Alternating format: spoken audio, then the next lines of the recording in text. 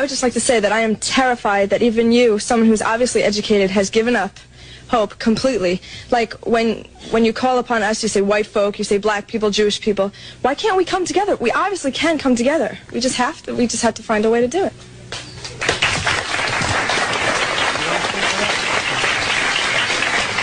The desire is good, but the reality is the total opposite of your desire. And unfortunately, as a young lady, you are not in the position of power to make the decisions to make America work. May I, you know, as an audience of intelligent people, I would like to just take a moment to say to you that I really don't think you fully understand what has happened to these people that you look at as second class or inferior citizens in this nation. Black people who were brought to this country were stripped of their names, language, culture, religion, God, and taken totally away from the history of themselves. Here are 30 million people who don't wear their own names, they wear your names. Who don't speak their own language, they speak English, which is not their language. They never were allowed their own cultural expression of Africa. Don't you realize that when you turn a people upside down and inside out, then sell them not for a day, not for a year, but for 300 years, and deny us the human right to know, to read a book, to learn, to understand. And then after 300 years of that, you allow us into the church, but by that time you've painted Jesus white, God white, the angels white, and then all these black people have been subjected to a form of white supremacy, which produces in the reverse a black inferiority. And this is fulfilling what Jesus said, as a man thinketh, so is he. And as long as our people think the way they think, we will never be able to do what we as a people should do to correct our condition. Over here, please.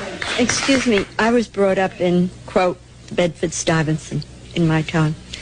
But I would like to say what scares us is I think we hear violence.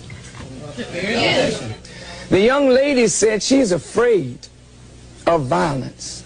And isn't it sad that we who have been the victims of so much violence, now whites fear violence from us? We do not have a history of killing white people. White people have a history of killing us. See? And what you fear, may I say this, sir?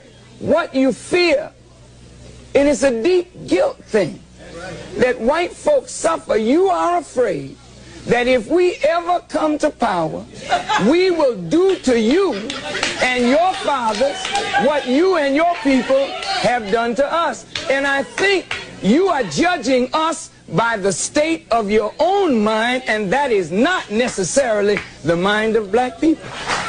Okay, I've been listening in this corner right here, and I've heard a whole lot of negative things from the white people here. When you are trying to explain yourself, the white people don't want to hear you explain yourself. They drown you out. They start already trying to drown you out and talk over you. There's a certain amount of white arrogance here, and they don't want to listen to what black people are saying. They don't understand because they don't want to understand. I've heard a woman here say, go back to Africa. Somebody said, we have a black holiday. What does that mean? So what does that mean? He did not say that. He said, if we have a choice, what some of us can go and some of us can stay. But there's no understanding in here. People are just trying to talk. To those arrogant persons, you know, when you tell us go back, please remember where you came from. And when you want to relegate somebody to a specific place, just remember what your origin is in this world. Please, I'm not trying to be disrespectful, but I want you to understand that you, wherever you are on the earth, you're not a native anywhere. You came there and took it from the native people who are there. So please don't talk about going back, because if others talk to you about that, where would you go? I agree with you. Someone said we don't agree with you. I agree with you that we live in a racist society. But just as I'm racist, some of you are being racist in the fact that you're calling me a white folk. I realize that things that I have, things that I have, I realize most of them I may have gotten because I'm white, and I am privileged because I'm white. But I do feel guilty. There are feelings of guilt from being white, and I realize that. But you're building walls. We build walls this high. We're separated right now. The white people are on this side, and the black people are on that side. No, I mean, I feel that you are prejudiced towards white people. Yeah, it becomes apparent more and more as we listen to each other and try to talk to each other that we don't perceive reality the same. And as we're talking about either reconciling differences or separating, it becomes clear that if two people are looking at the same thing and perceiving it so differently, then the two people are operating under a different stimulus. And so when the young lady says, I am prejudiced, to be prejudiced means to judge before the fact.